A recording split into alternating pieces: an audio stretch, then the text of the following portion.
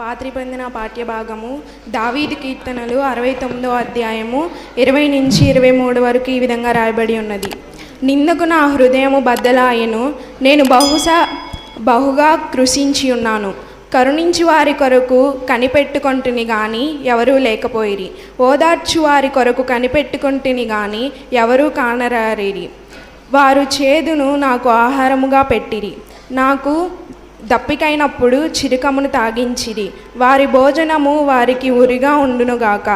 వారు నిర్బలులై ఉన్నప్పుడు అది వారికి ఉరిగా ఉండునుగాక. వారు చూడకపోవునట్లు వారి కన్నులు చీకటి కమ్మునుగాక. వారి నడుములకు ఎడతెగని వణుకు పుట్టించుము. ఇంతటితో పాత నిబంధన పాఠ్యభాగము ఇంత పర్యంతం. యోహాను సువార్త 19వ అధ్యాయం 27-28 వచనాలు. తర్వాత శిష్యుని చూచి, ఇదిగో నీ తల్లి అని చెప్పెను. ఆ గడియ నుండి ఆ శిష్యుడు ఆమెను తన ఇంట చేర్చుకొనెను. అటు తర్వాత సమస్తమును అప్పటికి సమాప్తమైనదనియు యేసు ఎరిగి లేఖనమును నెరవేర్చినట్లు నేను దప్పికొనిచున్నానెను. మహాత్మా శరణ్యా విమోచకా ద్రోహరహిత చంపెనినునా ద్రోహరహిత చంపెనిను దోషమే కదా.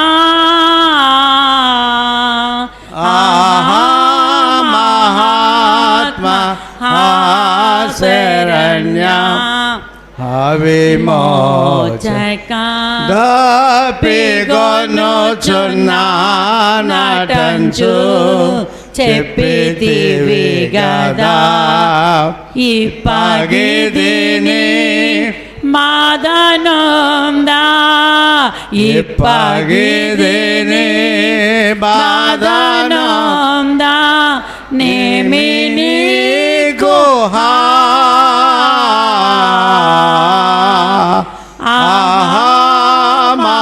మహాత్మా శరణ్యా విమోచకా.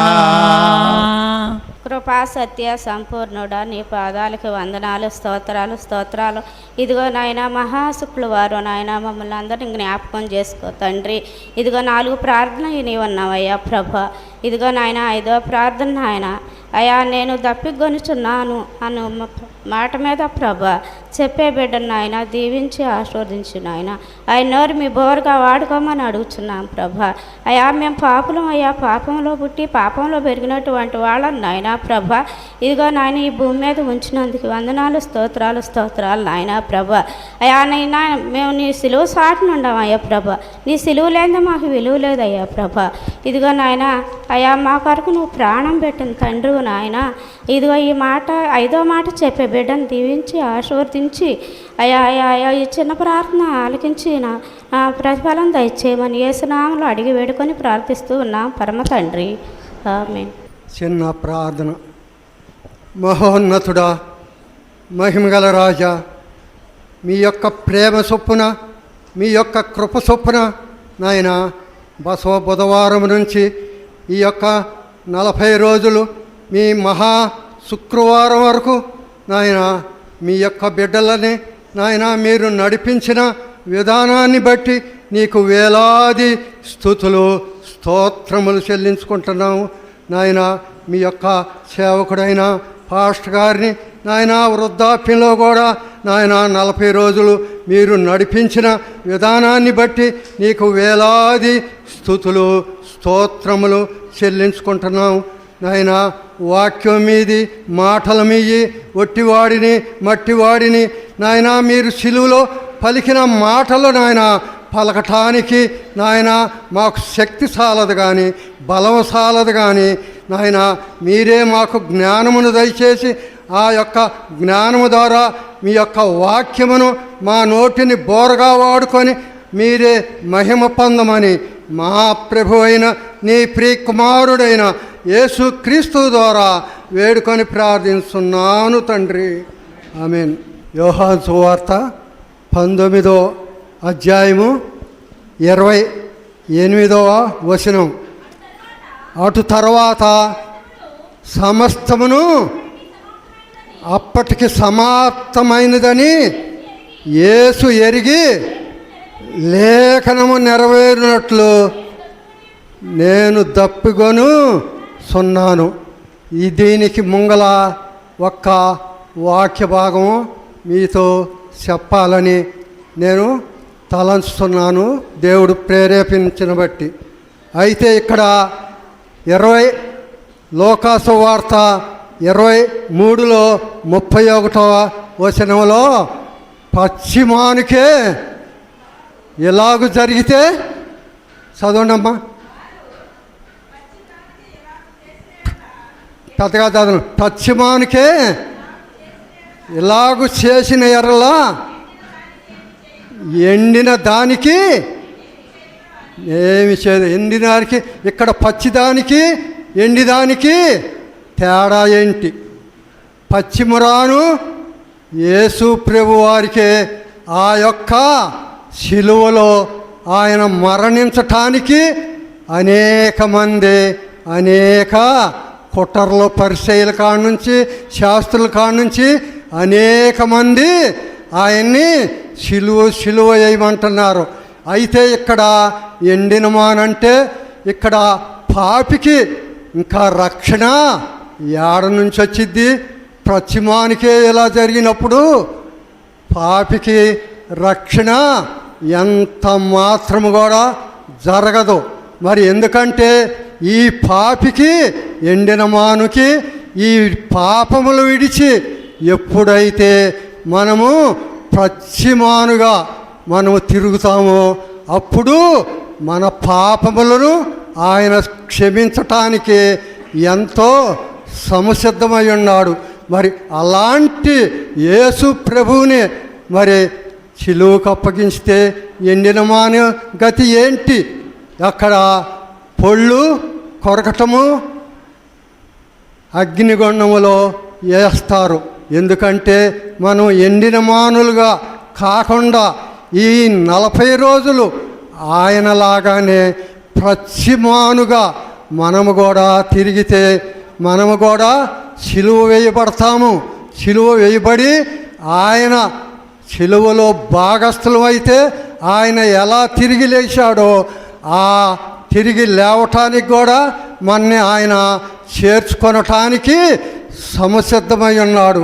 మనము కూడా ఆ పశ్చిమరానుగా మారటానికి మనందరికీ దేవుని కృప మనకి కలిగి ఉండాలని దేవుని యొక్క వాక్యము మనని హెచ్చరిస్తుంది. అయితే ఇక్కడ నేను దప్పికొనుచున్నాను. ఆయన దప్పికొనటానికి ఈ ఎర్ర సముద్రాన్ని 2 పాయలు చేసిన దేవుడు ఆయనకి దప్పిక ఎలా అవుతాయి?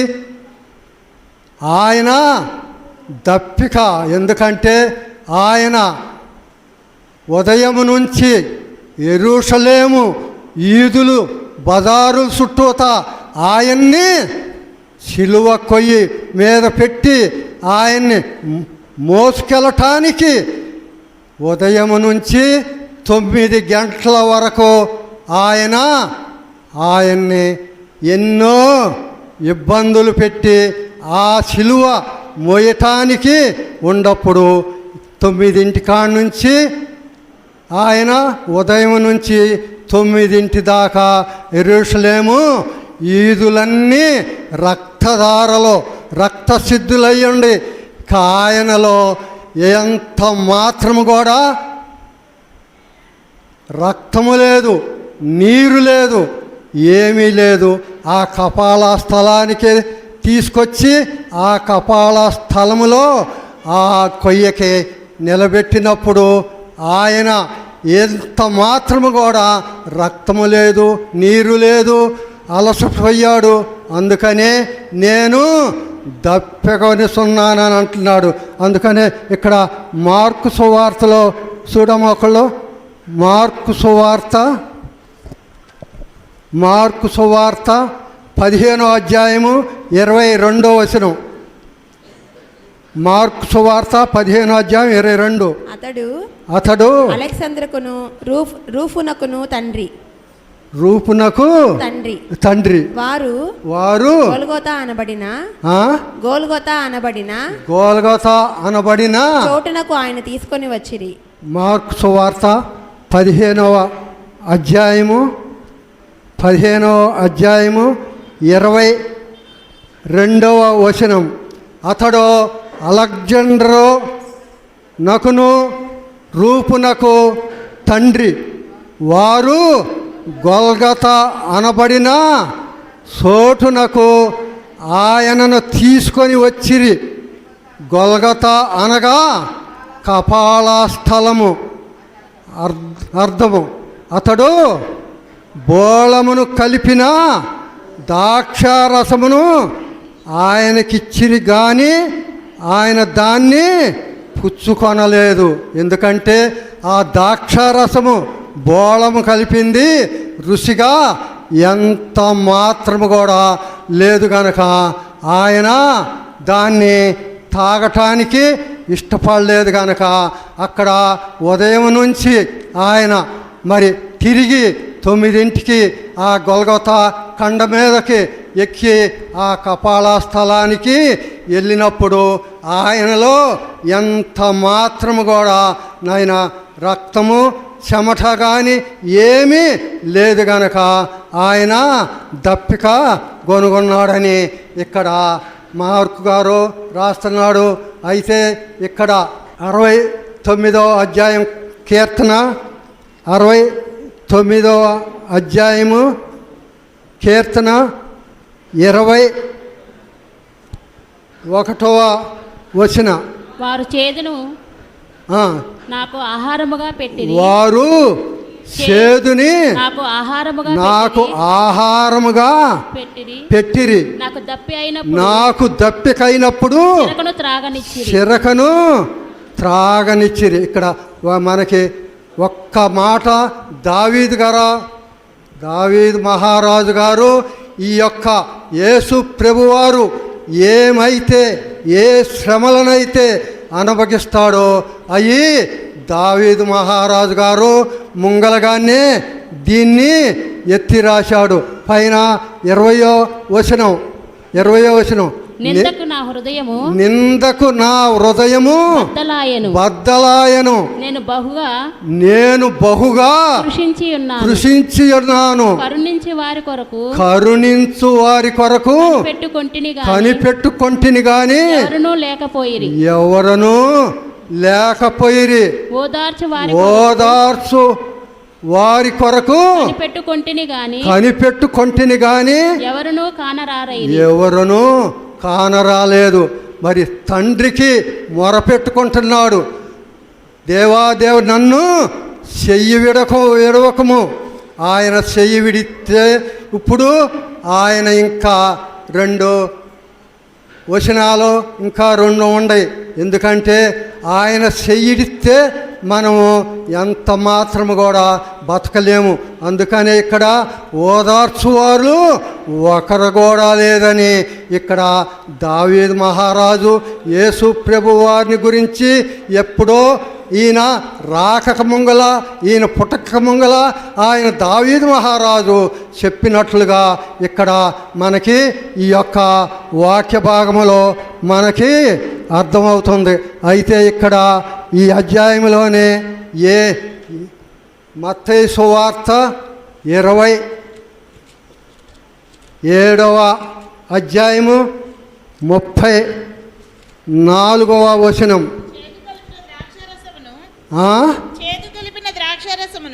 చేదు కలిపిన ద్రాక్షారసమును ఆయనకు తాగనిచ్చిరి గాని ఆయన దానిని రుచి చూసి తాగనల్లకపోయారు. ఎందుకంటే దేవాది దేవుడు ఆయనకి శిలువ మీద దాహమైనప్పుడు కూడా చేదు ద్రాక్షారసము ఆయనకి తాగనిచ్చినప్పుడు అది కూడా ఆయన తాగటానికి ఇష్టపడలేదు. తాగనల్లా లేకుండా ఉన్నాడు. మరి అలాగే ఆయన ఆ యొక్క మరి ఆహారం ఇక్కడ యోహాను సువార్తలోనే మరలా యోహాను సువార్త 2వ అధ్యాయము 6వ వచనం.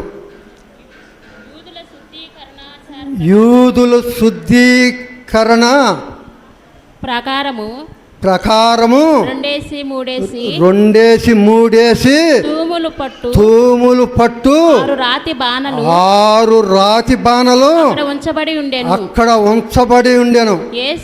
యేసు బాణలు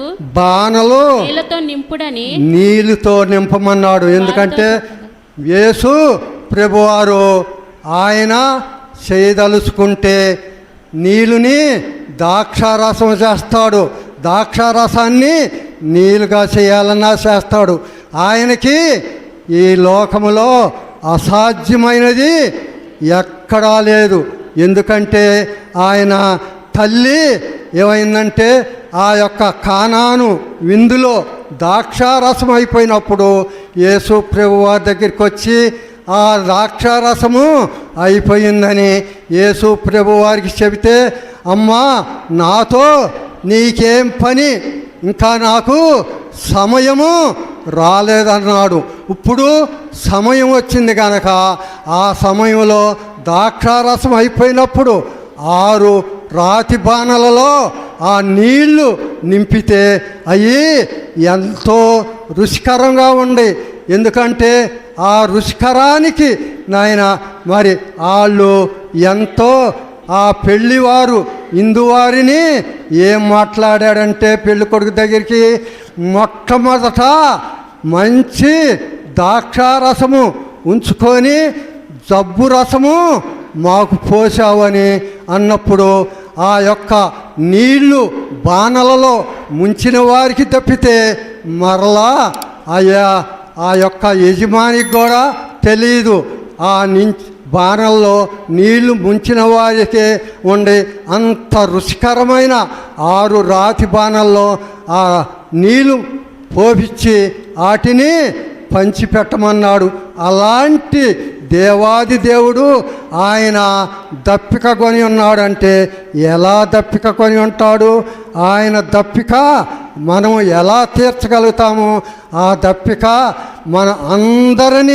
మన అందరి కోసము ఆయన పరలోక రాజ్యము కొరకు దప్పిక కొని ఉన్నాడు. కానీ ఆయన ఆ దప్పిక మనం తీర్చాలంటే ముంగల ఆయన అడుగు జాడల్లోనూ ఆయన ఆజ్ఞలలోనూ ఆయన కట్టడల్లోనూ మనం ఎప్పుడైతే నిలుస్తామో ఆ అడుగు జాడల్లో మనం నిలిచినప్పుడే మనము ఆ యొక్క రాజ్యానికి వారసులం అవుతామని ఇక్కడ మనకి వాక్య భాగంలో చెబుతుంది. అయితే ఆ యోహాను సువార్తలోనే 4వ అధ్యాయము యోహాను సువార్త 4వ అధ్యాయము 13వ వచనం. అందుకు యేసు నీళ్లు త్రాగు ప్రతి 12వ వచనం చదవమా. 12 సరే 13వ వచనం.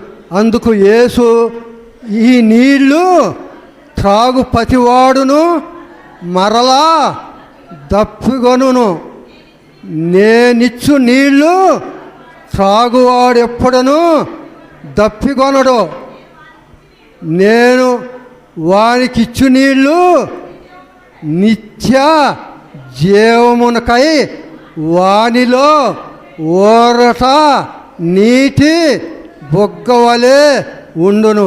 ఎందుకంటే ఆ యొక్క ఆయనలో ఉంటే ఆ యొక్క నీటి బొగ్గక వల్లే మనము ఉంటాము. ఆయనలో ఎప్పుడైతే ఎడబాసి ఉండామో ఆ ఎడబాపుకి మనలో ఎంత మాత్రము కూడా ఉండదని ఇక్కడ వాక్య భాగము హెచ్చరిస్తుంది. అయితే ఇక్కడ ఈ 14వ వచనం, నీవు త్రాగు నేను వానికిచ్చు నీళ్లు నిత్య జీవనుకై వానిలో ఊరిడి నేటం బొగ్గలాగా ఉండును. ఆమెతో చెప్పెను. ఆ స్త్రీ ఆయన చూసి అయ్యా నేను దప్పికొనకుండునట్లు వేడుకొనుట చేదు కొనుట ఇంత దూరము కాకుండునట్లు ఆ నీళ్లు నాకు దయచేయమని అడగగా ఆపమ్మైకి అంతటితో ఎందుకంటే యాకోబు కుమారులు ఆ యొక్క పశువులు అవన్నీ వాళ్ళు తాగినాకే ఈ సమర స్త్రీ ఆ యొక్క బావి కాడికి వచ్చినప్పుడు యేసు ప్రభువారు ఆ సమరాయి స్త్రీని ఆమెని కనుగొనటానికి ఆమెకి చెప్పటానికి ఆమెని ఆ యొక్క నిత్య జీవం ఇవ్వటానికి ఆమె ఆ బావి కాడికి వచ్చినప్పుడు దేవుని వరమును నాకు దాహం ఇమ్మని అడిగాడు. మరి అలాంటి దాహము దేవుని వరమును దాహం అడిగినప్పుడు మన దాహము తీర్చటానికి ఆయన ఎల్లప్పుడూ మన దాహము తీరుస్తాడని ఈ యొక్క వాక్య భాగములో మనకి చెబుతుంది. అయితే ఆదికాండము 21వ అధ్యాయము 15వ వచనం, ఆదికాండము 21వ అధ్యాయం. ఆ తిత్తుల్లోనూ నీళ్లు అయిపోయిన తర్వాత ఆమె ఒక పొద కింద ఆ చిన్నవాణిని పడవేసి ఆ తిత్తిలోని నీళ్లు అయిపోయిన తర్వాత ఆమె ఒక పొద కింద ఆ చిన్నవాణి పడవేసి ఆ పిల్లవాని సావు నేను చూడలేననుకొని ఎంత దూరము వెళ్ళి అతనికి ఎదురుగా కూర్చుండెను. ఎందుకంటే అబ్రహాము ఆ యొక్క ఆగారుని ఆ యొక్క తిత్తితో నీళ్లు పోసి పంపినప్పుడు ఆ తిత్తిలో నీళ్లు అయిపోయినప్పుడు ఆమె ఏమి చేయలేని దానికై ఆ యొక్క పొదసాట్లు కూర్చొని ఆ చిన్నదాని పిల్లవాడి సావు నేను ఎలా చూడగలుగును అని ఆమె మొరపెట్టినప్పుడు ఆమె మరి ఇక్కడ 17వ వచనం చూడమ్మా. 17వ వచనం, దేవుడు ఆ చిన్నవాని మొర వినెను. అప్పుడు దేవదూత ఆకాశము నుండి ఆగారుని పిలిచి ఆగారు నీకేమి వచ్చినది భయపడకము ఆ చిన్నవాడు చోట దేవుడు వాని స్వరము విని ఉన్నాడు. ఎందుకంటే చిన్నవాడి స్వరం వింటాడు, పెద్దవాడి స్వరం వింటాడు, వృద్ధుడు స్వరం వింటాడు, ముసలివారి స్వరం వింటాడు, పసిపిల్లల స్వరం వింటాడు. ఆయన మన అందరి స్వరములు వినే దేవుడు. ఇక్కడ చిన్నవారు, పెద్దవారు, వైద్యులు అని ఎవరూ లేరు. ఆయనకి ఎవరు మొర పెట్టుకుంటే ఆ మొర వినటానికి ఆయన సమసిద్ధమై ఉన్నాడు. మరి మనము ఆయనకి మొర పెడటానికి మనం సమసిద్ధంగా ఉండామో లేవో మనం ఒక్కసారి ఆలోచించుకోవాలని ఇక్కడ దేవుని యొక్క వాక్యము మనకి చెబుతుంది. చదువు. ఆగారు పిలిచి ఆగారు నీకేమొచ్చినది భయపడకము ఆ చిన్నవాడు చోటు దేవుడు వాని స్వరము విని ఉన్నాడు. నీవు లేచి ఆ చిన్నవాణ్ణి లేవనెత్తి నీ చేత పట్టుకోమను, వానిని గొప్ప జనముగా కూడా చేస్తానన్నాడు. ఎందుకంటే ఆ చిన్నవాడు మొరవిని ఆ యొక్క నీళ్ళు ఓట ఆ ఎడారిలో ఆ నీళ్ళు ఓట ఊరింది. ఆ నీళ్ళు ఆ యొక్క ఆగారు ఆ పిల్లవాడికి పెట్టిన విధాన్ని కూడా మనము ఇక్కడ చూస్తున్నాం. మరి అలాంటి దేవాది దేవుడు ఒక్కటి అలాంటి దేవాది దేవుడు మనకి ఇవ్వాలని ఉంటున్నాడు. మరి అలాంటి దీవెన మరి మనం కూడా కలగాలని మరి అంటున్నాడు. యోహాను సువార్తలోనే 7:37 ఎవడైనను దప్పికొనిన ఎడలా నా దగ్గరికి రమ్మంటున్నాడు. అలాంటి దప్పిక ఆయన దగ్గరికి వస్తే మన అందరి దప్పిక తీరస్థానికి ఆయన సంసిద్ధమై ఉన్నాడని మనం ఎరిగి ఆయన మన అందరి కోసము ఆయన ఆ యొక్క సిలువలో మన అందరి కోసము ఆయన ప్రాణం పెట్టాడు కనుక ఆ ప్రాణం పెట్టిన నజరేయుడైన యేసు కొరకు మనము సంసిద్ధమై ఉండి ఆయన కృపకి మనందరము పాత్రులమై ఉండాలని ఈ వాక్యము కొద్ది వాక్యమును దేవుడు దీవించునుగాక. ఆమేన్ ఆమేన్.